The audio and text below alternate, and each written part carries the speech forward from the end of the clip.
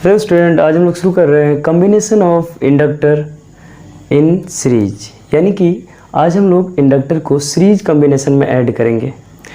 बहुत बार ऐसा होता है कि हम लोग कन्फ्यूजन में रहते हैं कि जबकि हम लोग जब रेसिस्टेंस को ऐड करते हैं तो हम लोग कॉम्बिनेशन ऑफ रेसिस्टेंस में R1 + R2 करते हैं सीरीज कॉम्बिनेशन में, लेकिन इंडक्टर को जो ऐड करेंगे, इंडक्टर का इक्विवेलेंट रेसिस्टेंस कितना आएगा, इक्विवेलेंट इंडक्टेंस कितना आएगा, है ना।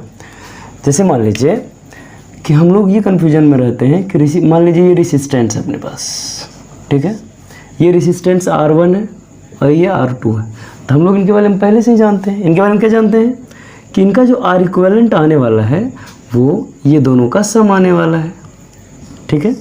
लेकिन अगर इसी जगह पर हम दो इंडक्टर को ऐड कर दें तो हम लोग ये कन्फ्यूजन में रहते हैं कि ये दोनों इंडक्टर का जो है इक्विवेलेंट इंडक्टर कितना आएगा, इक्विवेलेंट इंडक्टेंस कितना आएगा। यानी कि इस मान लीजिए ये L1 है और ये L2 है, तीन का इक्विवेलेंट का मतलब हुआ दोनों का जो है सम कितना होगा, यानी कि दोनों को कैसे ऐड करें।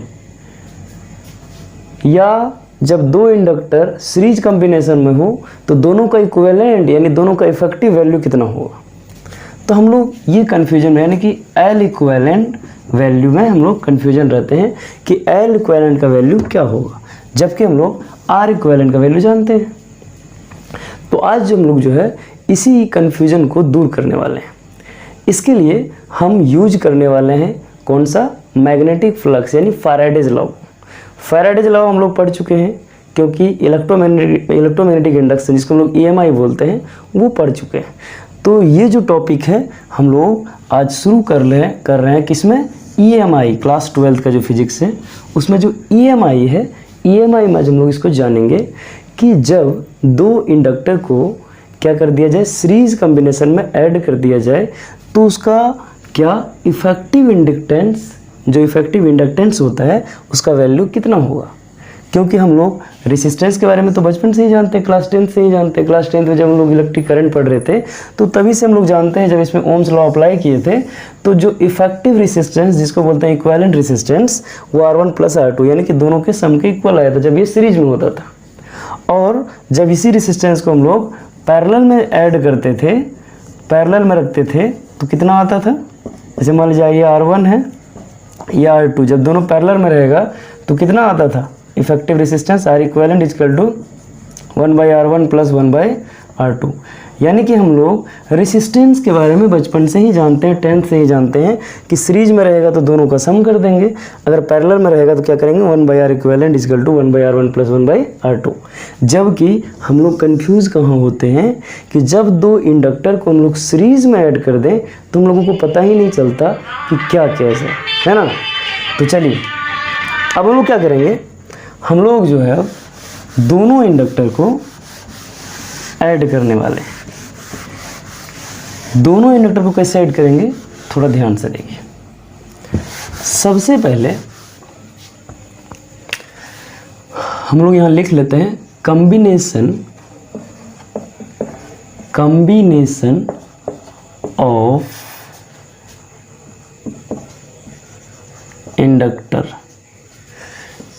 इंडक्टर का कॉम्बिनेशन किस में करेंगे, सीरीज में, सीरीज।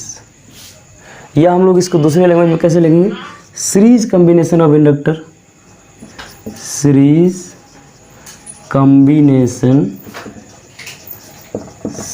Combination of inductor. यानी कि इंडक्टर का सीरीज कॉम्बिनेशन क्या होने वाला है। सबसे पहले हम लोग दो इंडक्टर कंसीडर करते हैं। ये फर्स्ट इंडक्टर है L1 और अपना जो ये सेकंड इंडक्टर है ये है L2। यानी कि हमारे पास दो इंडक्टर है, first L1 and second inductor है अपना L2। अब हम लोग क्या करेंगे, इनका इफेक्टिव इंडक्टेंस जानने वाले हैं कि दोनों को जब हम लोग क्या करें एक साथ कंबाइन कर दें तो कैसे लिखें, इनको कंबाइन करने के बाद कैसे लिखना चाहिए, है ना। दोनों को कंबाइन करने के बाद कैसे लिखना चाहिए अब हम लोग इसके बारे में जानते हैं। चलिए सबसे पहले आप इतना तो समझते हैं क्या कि जब यहाँ से करंट का फ्लो होगा तो जितना करंट यहाँ रहेगा उतना ही करंट यहाँ रहेगा और उतना करंट यहाँ से बाहर हो जाएगा, क्योंकि करंट जाने का एक ही रास्ता है। तो करंट का जो मैग्नीट्यूड है, करंट का जो वैल्यू है वो नहीं बदलने वाला। अगर करंट का वैल्यू नहीं बदलेगा तो यहाँ जो है ना, चूँकि पाथ एक ही है तो करंट का वैल्यू अगर नहीं बदल रहा है तो बदल इसमें क्या रहा, इसमें बदल रहा है EMF, यानी यहाँ का EMF E1 है और यहाँ का EMF E2 है। आपको पता होगा कि जब आप क्लास 10th में ओम्स लॉ से जो क्या था, resistance in series combination proof कर रहे थे, तो उसमें आपको पता था सीरीज कॉम्बिनेशन में करंट नहीं बदलता है, वोल्टेज बदलता है। वही वोल्टेज का दूसरा रूप यहाँ कौन है, EMF। EMF क्या, इलेक्ट्रोमोटिव फोर्स, जो कि वोल्टेज का ही काम करता है। ठीक है, तो जो आपका इंडक्टर फर्स्ट है, फर्स्ट इंडक्टर का जो वोल्टेज है E1 है और सेकेंड इंडक्टर का वोल्टेज E2 है। तो हम लोग इसको अगर लिखें सही से तो क्या होता है, E1 is equal to minus L1 di/dt। ये हम लोग फैराडेज लॉ से जानते हैं। फर्स्ट इंडक्टर के लिए EMF का जो हम लोग वैल्यू लिख दिए हैं, क्योंकि हम लोग जानते थे EMF is equal to L di/dt होता है। ठीक है, इंडक्टर के लिए E is equal to L di/dt होता है। ये बात हम लोग प्रूफ कर चुके हैं। ठीक है, अब सेकंड इंडक्टर के लिए भी वही होगा, E2 is equal to minus L2, current तो उसमें भी वही आई है, तो di/dt हो गया। यानी अपना काम यहाँ तक कंप्लीट हो चुका है। ठीक है, यहाँ तक अपना काम हो चुका है। अब हम लोग क्या करने वाले हैं, अब हम लोग रिलेशन लिखने वाले हैं, किसमें, वोल्टेज में, EMF में। अगर नेट EMF अगर हम लोग देखें तो कितना होगा, E1 प्लस E2। यहाँ से जो EMF जा रहा है, नेट EMF, यही है net EMF, total electromotive force क्या होगा, E1 प्लस E2, इसका EMF प्लस का EMF। क्योंकि जब भी कोई चीज़ सीरीज कॉम्बिनेशन में होता है तो EMF जो है डिस्ट्रीब्यूट हो जाता है, बट करंट जो है सेम रहता है।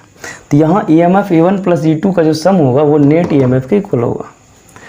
अब हम लोग नेट EMF को क्या लिख सकते हैं, मान लिया अगर दोनों को कंबाइन करके हम लोग अगर ये फ़ोटो को सही से इमेजिन करके बनाएं, मान लेते हैं दोनों का जो कॉम्बिनेशन आया, इफेक्टिव इंडक्टेंस जो है L इक्विवेलेंट बोल दिया उसको, और ये है नेट EMF।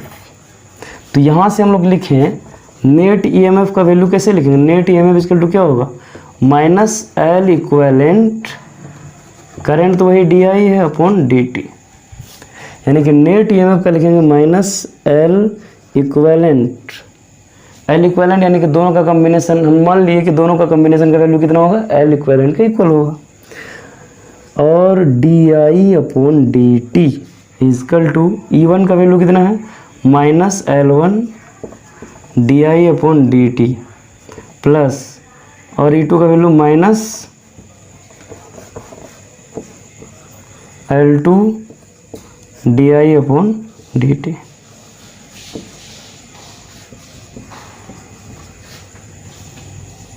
तो minus L equivalent di upon dt is equal to, अब क्या करेंगे, ये ध्यान से देखिए, ये जो माइनस है, ये माइनस क्या होगा, मल्टीप्लाई हो जाएगा, प्लस माइनस क्या हो जाएगा, माइनस हो जाएगा, plus minus minus L2 di upon dt हो जाएगा। जब आप इसको कैलकुलेट करेंगे सही, सभी फोटो को जो है इरेज कर देते हैं, ये फोटो को थोड़ा सा इरेज कर देते हैं, इनको बाद में लिखेंगे।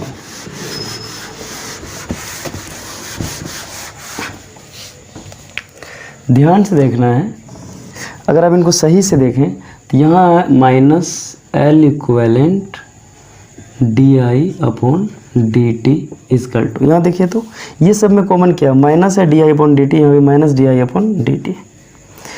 तो हम लोग क्या करेंगे, माइनस di अपॉन dt को कॉमन ले लेंगे, यहाँ से माइनस di/dt निकल जाएगा, तो यहाँ क्या बचेगा, सिर्फ बचेगा L1। ध्यान से देखिए, ये माइनस और di/dt ये वाला पार्ट निकल जाएगा, ये और ये माइनस निकल जाएगा, सिर्फ क्या बचने वाला है, L1। अब यहाँ देख लीजिए, यहाँ से भी माइनस di/dt निकल जाएगा, तो क्या बच जाएगा, माइनस अगर निकल जाए, कोई कहीं से अगर माइनस कॉमन ले क्या होगा, साइन चेंज हो जाता है। यहाँ माइनस की जगह क्या आ जाएगा, प्लस आ जाएगा, di/dt और माइनस निकल गया, तो क्या बचा है, सिर्फ यहाँ क्या बचा है, L2। यहाँ क्या बचेगा, L2। अब di/dt कटा, माइनस से माइनस चला गया, तो अपने पास जो L इक्वेलेंट आया है वो कितना आया है, L1 प्लस L2। यानी कि यहाँ से एक बात तो प्रूफ हो जाता है कि ये जो है रेसिस्टेंस में सीरीज कॉम्बिनेशन करें या इंडक्टेंस का सीरीज कॉम्बिनेशन करें, दोनों का जो है इक्विवेलेंट सेम आता है। कैसे, यहाँ से आप देख सकते हैं, जो L इक्विवेलेंट यानी कि हम लोग जो अभी प्रूफ किए क्या, कि जब दो इंडक्टर को हम सीरीज कॉम्बिनेशन में रख दें तो उसका इक्विवेलेंट कितना आ गया है अपने पास, L इक्विवेलेंट आया है L1 प्लस L2, यानी कि दोनों का सम। जिस तरह से अपने पास दो रेसिस्टेंस का क्या होता है, जब दो रेसिस्टेंस को हम लोग सीरीज कॉम्बिनेशन में रखते हैं तो R इक्विवेलेंट जो आता है R1 प्लस R2 आता है, उसी तरह दो इंडक्टर का जो है, जो सीरीज कॉम्बिनेशन से आने वाला इफेक्टिव इंडक्टेंस है वो L1 प्लस L2 आया। अब हम लोग थोड़ा सा कंपेयर करके देखते हैं रेसिस्टेंस और इसमें क्या कोई डिफरेंस है या दोनों सेम है। फिलहाल इनको आप नोट कर लें पॉज करके, अब इसको इरेज कर रहे हैं। सबसे पहले हम लोग कंपेयर कर लेते हैं रेसिस्टेंस और इंडक्टेंस का। प्रूफ तो कर लिए, प्रूफ करने से ये हम लोग को पता चल गया है कि दोनों में सेम आ रहा फॉर्मूला। सबसे पहले हम लोग लिखते हैं इधर से रेसिस्टेंस, और ये क्या है अपना इंडक्टेंस। सबसे पहले हम लोग दो रेसिस्टेंस को सीरीज में लेते हैं, ये है R1 और ये है R2, और इनको बचपन में ही हम लोग क्लास 10th में ही प्रूफ कर चुके हैं कि जो इसका R इक्विवेलेंट आने वाला है वो कितना आता है, R1 प्लस R2। और अभी इंडक्टेंस के यानी इंडक्टर में हम लोग जब दो इंडक्टर लिए, ये L1 और ये L2, तो हम लोगों को यहाँ L इक्विवेलेंट कितना मिला, सम ऑफ इंडक्टर्स। तो यहाँ से क्या प्रूफ होता है, क्या आप सिर्फ एक बात ध्यान रखें, चाहे इंडक्टर हो या रेसिस्टर, चाहे रजिस्टर हो या इंडक्टर, अगर दोनों को आप सीरीज कॉम्बिनेशन में रख रहे हैं तो दोनों का जो इक्विवेलेंट आप जब निकालेंगे तो क्या होगा, वहाँ सम करना पड़ेगा। यहाँ आपको सीधा सीधा आप अलजेब्रिक सम करके इक्विवेलेंट रेसिस्टेंस या इक्विवेलेंट इंडक्टेंस कैलकुलेट कर सकते हैं। समझ में आ गया, क्योंकि अभी तुरंत हम लोग L इक्विवेलेंट प्रूफ कर चुके हैं कि L equivalent equal to L1 plus L2 होने वाला है। तो आज फिलहाल यहीं तक। नेक्स्ट वीडियो में जो हम लोग शुरू करने वाले हैं वो ये शुरू करेंगे कि जब दो इंडक्टर को पैरेलल कॉम्बिनेशन में ऐड कर दिया जाए तब उसका इफेक्टिव इंडक्टेंस या इक्विवेलेंट इंडक्टेंस का वैल्यू कितना हो। यानी कि नेक्स्ट जो होने वाला है, हम लोग क्या करेंगे, दो इंडक्टर को पैरेलल कॉम्बिनेशन में ऐड कर देंगे।